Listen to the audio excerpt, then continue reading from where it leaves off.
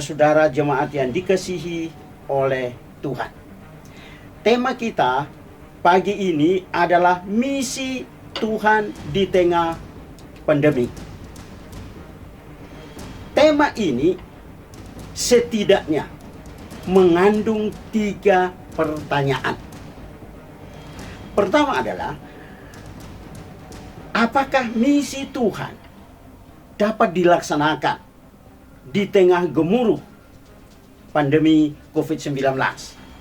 Saya gunakan istilah gemuruh dalam arti ancaman, bahaya yang kita hadapi berkaitan dengan pandemi COVID-19. Pertanyaan yang kedua adalah, kalau misi Tuhan dapat dilaksanakan di tengah gemuruh COVID-19, siapa pelaksananya? Pertanyaan yang ketiga adalah, kalau misi Tuhan dapat dilaksanakan di tengah pandemi COVID-19, bagaimana caranya? Sebelum berbicara lebih jauh, mari kita membuka Alkitab kita masing-masing. Saya akan membacakan 2 ayat firman Tuhan untuk kita semua. Yang pertama dari Yohanes pasal yang ke-20 ayat yang ke-21. Maka kata Yesus sekali lagi, damai sejahtera bagi kamu. Sama seperti Bapa mengutus aku, demikian juga sekarang aku mengutus kamu. Yang kedua dari 1 Petrus 2 ayat yang ke-9.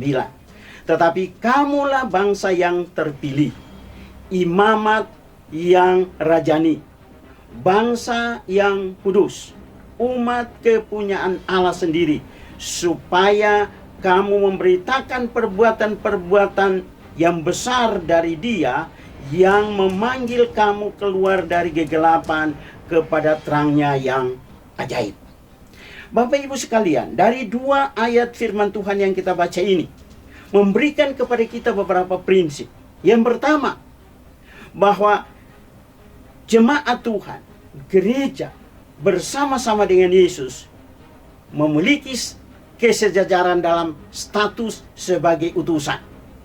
Yesus diutus oleh Allah. Jemaat kita atau gereja diutus oleh Yesus. Sama-sama utusan. Yang kedua, kita memiliki kesejajaran dalam sasaran. Yesus diutus untuk dunia. Yesus mengutus kita, mengutus gereja untuk dunia. Dan dalam tanggung jawab pengutusan itulah Petrus menulis, kamulah bangsa yang terpilih. Kita bukan orang buangan. Kamulah imamat rajani. Imamat punya peran memimpin umat dalam beribadah, mewakili umat menyampaikan permohonannya kepada Tuhan, dan mewakili Tuhan menyampaikan pesan Tuhan kepada umat. Imamat rajani, bangsa yang kudus. Status kita yang percaya adalah bangsa yang kudus. Nah, dalam kaitan ini kita dipilih dengan tujuan, Bapak Ibu, dengan tujuan untuk memberitakan, supaya kamu memberitakan perbuatan-perbuatan yang besar dari Dia, dari Allah. Jadi kita punya tanggung jawab yang besar.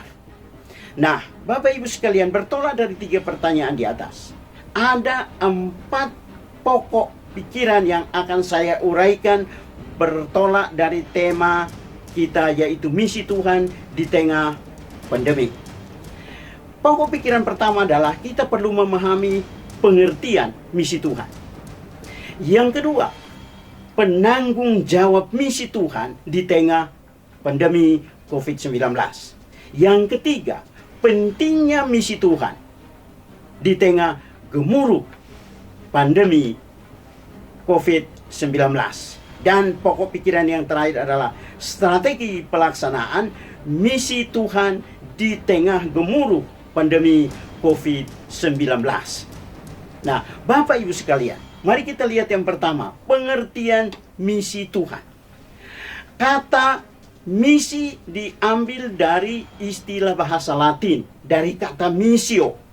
Dan dari kata ini kemudian lahir misiologi atau ilmu tentang misi atau ilmu misi atau teologi misi.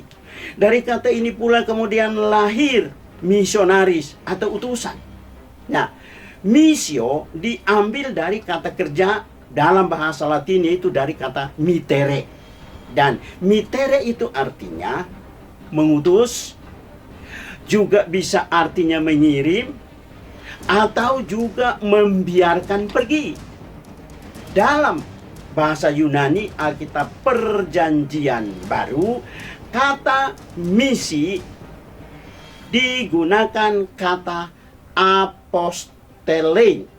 Dan dari kata apostelein ini kemudian lahir kata apostolos atau utusan, atau umumnya dikenal sebagai misionaris. Nah, yang kedua adalah misi Tuhan. Dari istilah Latin juga, dari kata missio Dei. Missio Dei di sini menunjuk kepada rencana dan tindakan Tuhan Allah. Dalam hal ini, tindakan Allah Trinitas atau tindakan Allah Tritunggal untuk penyelamatan manusia dan seluruh ciptaan Allah. Pengertian misi Tuhan lebih jauh secara hakiki atau secara karakteristik. Missio Dei itu menunjuk kepada dua kata penting, yaitu janji dan urgensi. Yang pertama kita lihat kata janji. Janji di sini berkaitan dengan janji Allah untuk kepentingan dunia. Janji pertama atau janji induk atau janji keselamatan yang disediakan oleh Allah itu terdapat dalam Kejadian pasal 3 ayat yang ke-15, di mana Allah berjanji kepada Hawa dan Adam di Taman Eden ketika mereka jatuh dalam dosa, bahwa dari keturunan Hawa, dari keturunan perempuan, akan menghancurkan kepala dari keturunan ular, dan keturunan ular akan meremukkan tumit dari keturunan Hawa. Janji ini mengandung peperangan, mengandung pertempuran, bahkan berpuncak pada pertumpahan darah yang terjadi di Golgota. Ini janji induk berkaitan dengan misi keselamatan atau berkaitan dengan missio Dei. Lalu janji itu juga berkaitan dengan para leluhur Israel. Dalam Kejadian pasal 12 ayat 3, Allah berjanji kepada Abraham bahwa kalau dia tinggalkan negerinya, sanak saudaranya, pergi ke negeri yang Tuhan akan tunjukkan kepadanya, maka dia akan diberkati, dan oleh keluarganya semua kaum di muka bumi akan mendapat berkat. Janji ini kemudian diulang kepada Ishak dan juga diulang kepada Yakub. Misalnya dalam Kejadian pasal 26 ayat 3 sampai dengan ayat yang keempat. Tuhan janji bahwa melalui keturunan Ishak semua bangsa di muka bumi akan diberkati. Dan tentu berkat di sini menunjuk kepada berkat keselamatan. Nah, yang berikut adalah umat perjanjian lama juga merupakan umat yang menerima tanggung jawab bahwa umat perjanjian lama juga menjadi pembawa terang bagi bangsa-bangsa berdasarkan Yesaya pasal 49 ayat yang ke-6. Begitu pula janji ini berkaitan dengan umat perjanjian baru dan gereja sepanjang zaman. Kita lihat dalam Matius pasal yang ke-28 ayat yang ke-19 dan ayat yang ke-20. Yesus katakan, "Pergilah, jadikanlah semua bangsa muridku. Baptislah mereka dalam nama Bapa, Anak, dan Roh Kudus, dan ajarlah mereka melakukan segala sesuatu yang telah kuajarkan kepadamu, dan ketahuilah aku menyertai kamu senantiasa sampai kepada kesudahan alam." Bapak Ibu sekalian, di bagian ini, di amanat ini, Tuhan berjanji untuk menyertai umatnya. dalam melaksanakan amanatnya. Sekarang kita lihat pengertian yang kedua dari missio Dei atau misi Allah, yaitu urgensi. Apa urgensi misi Allah bagi dunia? Pertama-tama bahwa urgensi misi Allah di sini merupakan berita dari hati ke hati. Kalau kita bicara tentang misi Tuhan, kita bicara tentang missio Dei, berarti kita berbicara tentang berita penting, berita keselamatan dari hati ke hati. Pertama-tama, berita keselamatan dari hati Allah ke hati Bapak Ibu, ke hati jemaat, ke hati gereja. Kita lihat di situ dalam Kejadian pasal yang ketiga ayat 8 sampai dengan ayat yang ke-9. Dan kemudian dalam Yohanes 3 ayat 16, bahwa oleh karena kasihnya Allah mengutus anaknya datang ke dalam dunia. Kemudian dari hati Anda, dari hati gereja, dari hati jemaat ke hati dunia, atau ke hati orang-orang yang hidup tanpa Yesus sebagai Tuhan dan Juru Selamat. Dalam 2 Korintus pasal yang kelima ayat yang ke-14 dan ayat yang ke-15, Paulus katakan, oleh karena didorong oleh kasih Allah, maka kami tahu bahwa Kristus telah mati untuk semua, supaya semua orang yang hidup tidak hidup untuk dirinya, tapi hidup untuk Kristus. Dalam Matius pasal 5 ayat 13 sampai 16, Yesus mau supaya gerejanya, orang-orang percaya, menjadi garam dan terang, supaya melalui kehadiran orang percaya, banyak orang percaya kepada Tuhan. Urgensi dari missio Dei, urgensi dari misi Allah adalah keselamatan orang berdosa dan keselamatan alam semesta.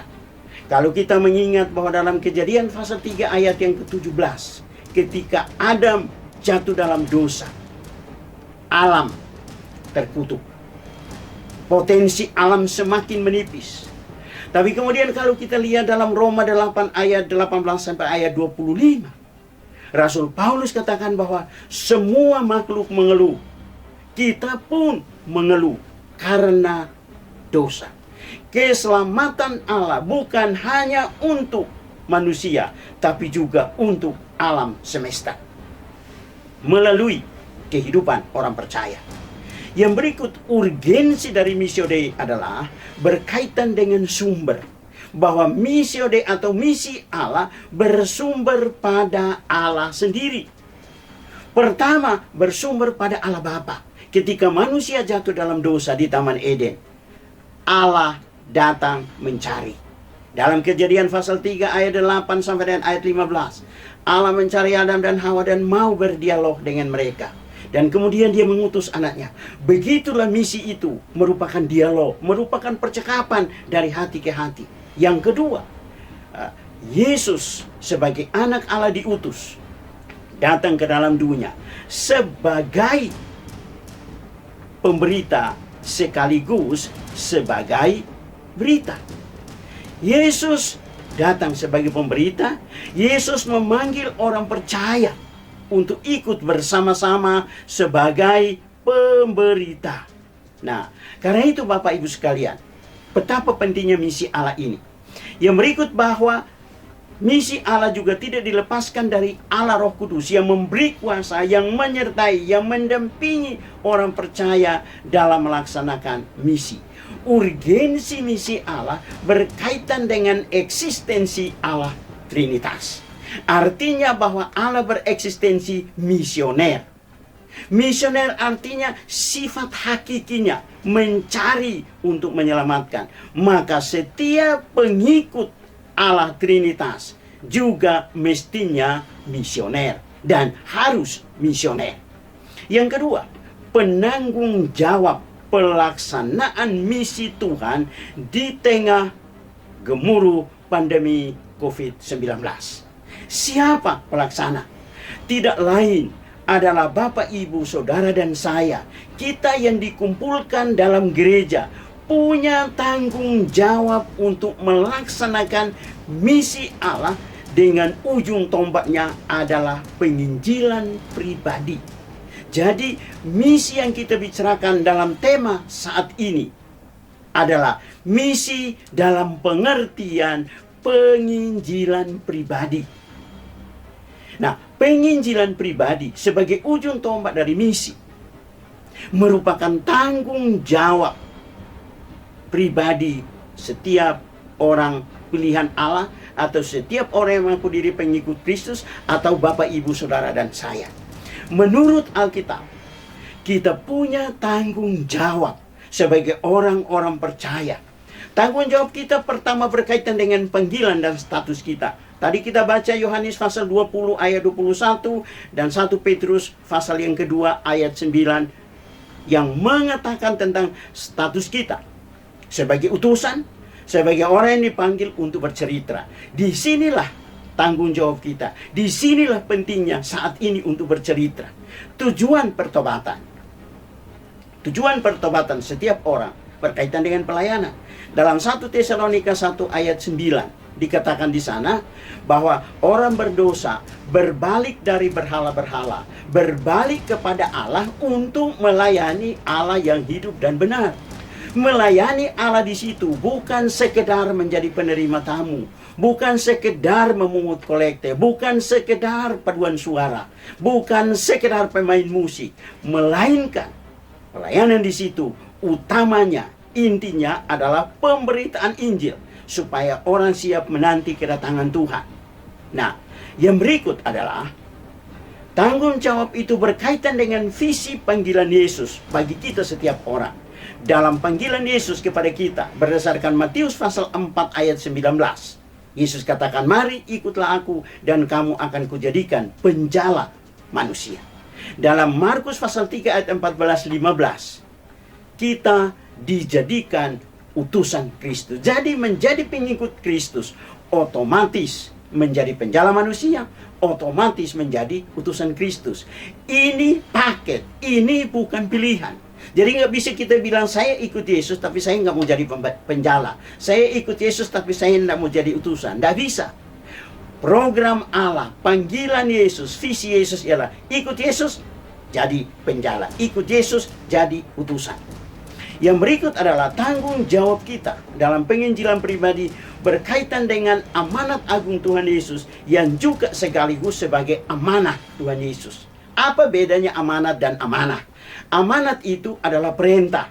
Yesus perintahkan kita berdasarkan antara lain Matius 28 ayat 19-20. Jadikan semua bangsa murid melalui penginjilan. Tapi amanat ini juga sekaligus amanah. Amanah itu artinya kepercayaan. Jadi kita, warga jemaat, orang percaya, pengikut Yesus adalah orang kepercayaan Yesus untuk memberitakan Injil di tengah-tengah pandemi COVID-19. Yang ketiga sekarang, pentingnya penginjilan pribadi sebagai ujung tombak misi. Pertama adalah bahwa pentingnya penginjilan pribadi merupakan tanda gereja yang sehat. Bapak Ibu bayangkan, kalau orang sehat disuruh buat apa saja bisa. Tapi kalau orang lagi sakit, jangankan sakit berat, flu saja untuk melakukan suatu 1001 macam alasan. Nah, tapi di sini bahwa pentingnya penginjilan pribadi sebagai tanggung jawab gereja sekaligus tanggung jawab setiap pengikut Kristus atau setiap warga gereja. Jadi, gereja yang memberitakan Injil, orang Kristen yang memberitakan Injil adalah orang Kristen yang sehat secara rohani, sehat tanggung jawabnya dalam bidang misi. Dan gereja yang memberitakan Injil akan menjadi gereja yang sehat atau gereja misioner. Kalau gereja sehat bisa ikut balapan, bisa berlari, bisa melakukan apa saja. Begitu juga orang Kristen. Yang kedua, kunci gereja bahwa penginjilan pribadi adalah kunci perintisan gereja, kunci multiplikasi warga gereja. Jangan harapkan ada pertambahan anggota jemaat secara signifikan tanpa penginjilan pribadi.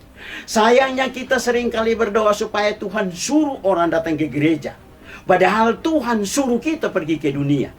Jadi kita melakukan yang terbalik. Tuhan suruh kita pergi ke seluruh dunia memberitakan Injil. Kita suruh Tuhan supaya perintahkan orang datang ke gereja. Kalau kita pergi ke dunia, kalau kita mencari orang berdosa, maka Tuhan memberkati kita, Tuhan menyertai kita, sehingga orang akan datang ke gereja. Bapak, Ibu, dan saudara-saudara, gereja yang misioner, gereja yang sehat, adalah gereja yang memberitakan Injil. Dan penginjilan merupakan jantung gereja yang misioner. Merupakan jantung gereja, gereja yang sehat, gereja yang misioner, gereja yang memberitakan Injil seperti gereja GKARI, gereja Kasih Karunia Indonesia, adalah gereja yang sehat, gereja yang misioner. Maka semua program harus berpusat pada misi. Segala macam kegiatan harus bertolak dari misi, diwarnai oleh misi, dan berakhir pada misi atau penginjilan. Nah, gereja yang misioner, prioritasnya hanya satu, penginjilan. Mau kegiatan apapun harus berujung berakhir dengan penginjilan. Dengan kata lain, bahwa ciri utama gereja yang sehat, ciri utama dari gereja misioner adalah memberitakan Injil. Memberitakan Injil dengan modal kasih, dengan amanat kasih. Dalam Matius 22 ayat 37 sampai ayat yang ke-40, Yesus katakan, kasihilah Tuhan Allahmu dengan segenap hatimu, dan kasihilah sesamamu manusia seperti dirimu sendiri. Mengasihi sesama berarti memberitakan Kristus kepada mereka yang hidup tanpa Kristus. Modalnya kasih, dan didorong oleh kasih Kristus. Dalam 2 Korintus 5 ayat 14 dan 15, Paulus bilang, karena dorongan kasih Allah, maka kami tahu bahwa Kristus telah mati untuk semua orang. Kalau seseorang hidup dalam Kristus, dikuasai oleh kasih Kristus, pasti memprioritaskan penginjilan dalam hidupnya. Dan penginjilan di sini tidak harus menyeberang laut, tidak harus menyeberang pulau, bisa menyeberang jalan, bisa ke tetangga, bisa orang sekantor, bisa teman lama. Dan praktek kasih adalah penginjilan pribadi. Model gereja misioner adalah gereja yang punya dua pintu. Pintu masuk, yaitu pintu persekutuan, dan kemudian ada pintu keluar, yaitu pintu keluar kepada dunia, yang saya sebut sebagai pintu misi atau pintu penginjilan. Gereja harus memiliki dua pintu. Pintu masuk untuk beribadah, pintu masuk untuk bersekutu, dan pintu keluar untuk memberitakan Injil. Pertanyaannya, gereja GKARI Anggur Baru Surabaya punya berapa pintu? Dua pintu atau satu pintu? Nah, mari kita lihat apa arti misioner. Misioner menurut seorang teolog atau seorang misiolog namanya Andrew Kirk, dalam bukunya dia menulis bahwa misi atau penginjilan itu merupakan jantung kehidupan gereja yang menentukan hakikatnya atau yang menentukan eksistensinya. Jadi misi itu sebagai hakikat atau eksistensi gereja. Maka kemudian Kirk mengatakan, gereja bersifat misioner sebegitu mendalam, sehingga kalau ia berhenti bersifat misioner, berarti ia tidak sekedar gagal dalam salah satu tugasnya, melainkan lebih dari itu, ia telah berhenti menjadi gereja, atau dengan kata lain, tidak layak untuk disebut gereja. Jadi, begitu pentingnya penginjilan. 5. Pokok yang terakhir, strategi penginjilan pribadi. Bagaimana strategi penginjilan pribadi? Pertama dulu, bahwa inti dari penginjilan pribadi di tengah gemuruh pandemi COVID-19 adalah memberitakan tentang Kristus yang tersalib menyediakan keselamatan untuk orang berdosa. Dunia menantikan Yesus. Dunia menantikan berita salib sebagai inti dari keselamatan. Menurut Roma pasal 3 ayat 10, ayat 23, Efesus 2 ayat 1 dan 3, manusia mati karena dosa. Tetapi Alkitab katakan dalam Efesus pasal 2 ayat 8 dan 9, bahwa hidup kekal diberikan oleh Allah kepada orang yang percaya kepada Yesus sebagai Tuhan dan Juru Selamat. Jadi, karena keselamatan itu pemberian Allah, maka kita harus kasih tahu melalui penginjilan supaya orang percaya kepada Yesus. Manusia hidup karena Yesus. Menurut Yohanes 1 ayat 12, kalau orang menerima Yesus, ia diberi hak, ia diterima untuk menjadi anak-anak Allah. Dan kalau dia mengaku dengan mulut, percaya dalam hatinya, seperti Roma 10 ayat 9 sampai 11 dan ayat 13, maka ia akan diselamatkan. Bagaimana strategi yang relevan untuk penginjilan? Ada dua strategi yang dibicarakan di Alkitab.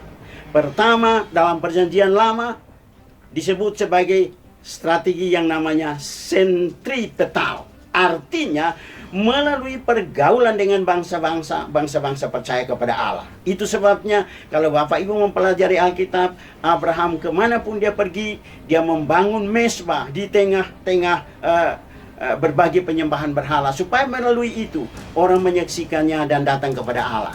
Yang kedua, dalam Perjanjian Baru disebut sebagai sentrifugal. Artinya gereja diutus untuk pergi supaya orang datang. Dalam Alkitab, dalam Perjanjian Baru sampai hari ini, sentripetal dan sentrifugal itu masih tetap relevan dan dapat dilakukan. Sentripetal itu melalui pergaulan kita. Tadi saya sudah katakan di Matius pasal yang ke-5 ayat 13 sampai dengan ayat yang ke-16. Kita menjadi garam dunia, menjadi terang dunia melalui kehadiran kita, melalui pergaulan kita dengan orang sekantor, dengan teman SD, teman SMP, teman sekuliah, dan sebagainya.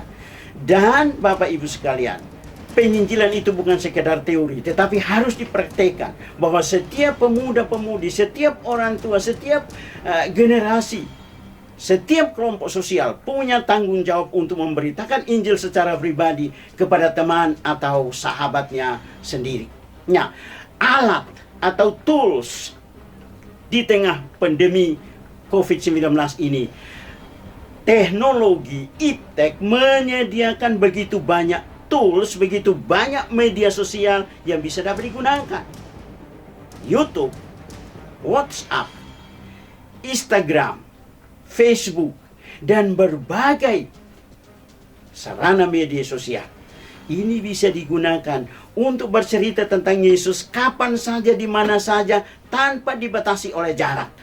Sekarang ini dunia seperti kamar mini, seperti kantor mini, di mana kita bisa dapat melakukan apa saja dengan sahabat-sahabat kita di berbagai kawasan dunia. Manfaatkan WhatsApp, manfaatkan Instagram, manfaatkan Facebook, manfaatkan grup-grup sosial untuk bercerita tentang Injil Yesus Kristus untuk menyelamatkan dari pandemi virus COVID-19 yang sangat-sangat mengancam ini. Lalu untuk menjalankan penginjilan diperlukan kerjasama. Kalau semut saja bisa bekerja sama, mengapa orang percaya tidak? Pekerjaan Tuhan begitu besar, misi Tuhan begitu luas, maka memerlukan kerjasama untuk membangun kerajaan Allah di tengah-tengah dunia ini. Bapak Ibu sekalian, saya akan tutup ini dengan merangkumkan 5 hal. Hal yang pertama, bahwa misi adalah rancangan dan karya Allah Trinitas untuk keselamatan dunia. Yang kedua, bahwa gereja, Bapak, Ibu, Saudara, dan saya, kita adalah agen misi Allah, dan kita dapat melakukan itu. Setiap orang gereja dapat melakukan itu dengan menjadi saksi Kristus. Hal yang keempat adalah bahwa dunia, masa depan dunia di tangan gereja, di tangan orang percaya. Bapak Ibu mau apa dengan dunia? Masa depan dunia ditentukan oleh gereja. Dan yang terakhir, bahwa sarana misi, media sosial tersedia bagi gereja untuk memberitakan Injil. Kata Yesus, "You are my witness. You are my witnesses."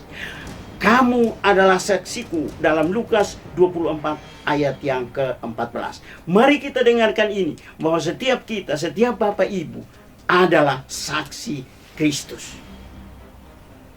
untuk renungan pribadi, bahwa setiap kita adalah utusan, maka ada 3 pertanyaan. Pertanyaan pertama, apakah Anda siap bersaksi tentang Yesus di tengah-tengah gemuruh COVID-19? Yang kedua, apakah Anda menghadapi hambatan untuk bersaksi?